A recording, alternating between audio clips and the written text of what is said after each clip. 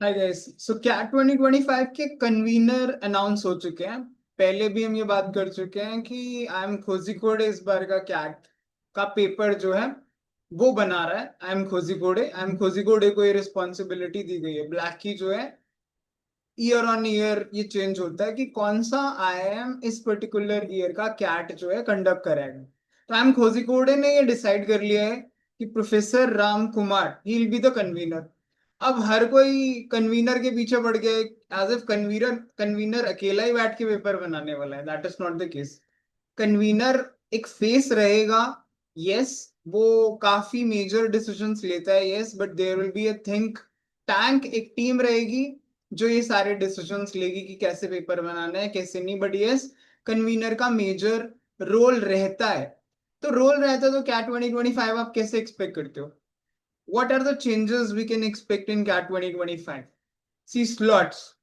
क्या 3 स्लॉट रहेंगे, 2 स्लॉट रहेंगे? There will be no major change. I don't think there will be any major change as far as slots is concern. As far as timelines are concern, क्या paper 2 घंटे का होगा कि कम ज्यादा हो जाएगा? 2 घंटे का ही पेपर रहेगा। 3 ही स्लॉट होने चाहिए, इसमें कोई मेजर चेंज नहीं होगा।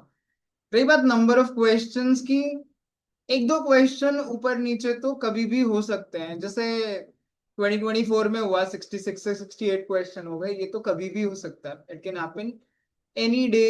एक दो क्वेश्चन ये बढ़ा दें, एक दो क्वेश्चन कम कर दें, ये कैट के बारे में अनसर्टेनिटी होना is always certain about cat.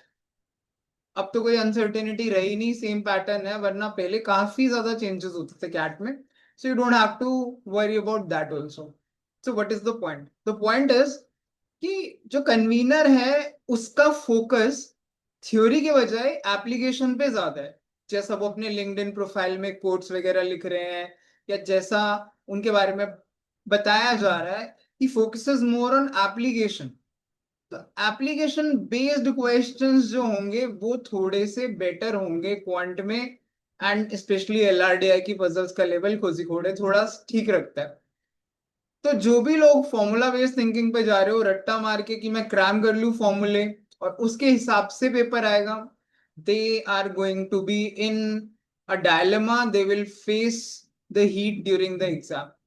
सो आप समझ के पेपर की तैयारी कीजिए। अब फॉर्मूला बेस्ड थिंकिंग के ऊपर समझिए कि इसका एप्लीकेशन क्या है। लाइक टीएसडी का एक ही फॉर्मूला है, distance is equal to speed into time, लेकिन उसकी एप्लीकेशन बेस्ड चीजें बहुत सारी हैं और डेप्थ में है। एक लेयर, 2 लेयर और डीप में जाइए so that you understand concept well. ठीक है, that kind of questions you can expect.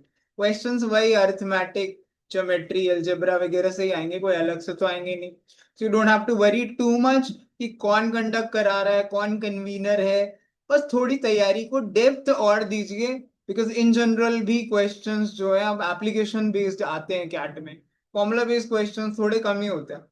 Verbal तो वैसे ही रहने वाला है, काफी रीडिंग बाइस्ड है और वर्बल का लेवल ऑलरेडी हाई है। सो मेक श्योर वर्बल के लिए आप प्रॉपर प्लान करके जाएं, प्रॉपर स्ट्रैटेजी हो, मॉक्स को सीरियसली देकर जाए।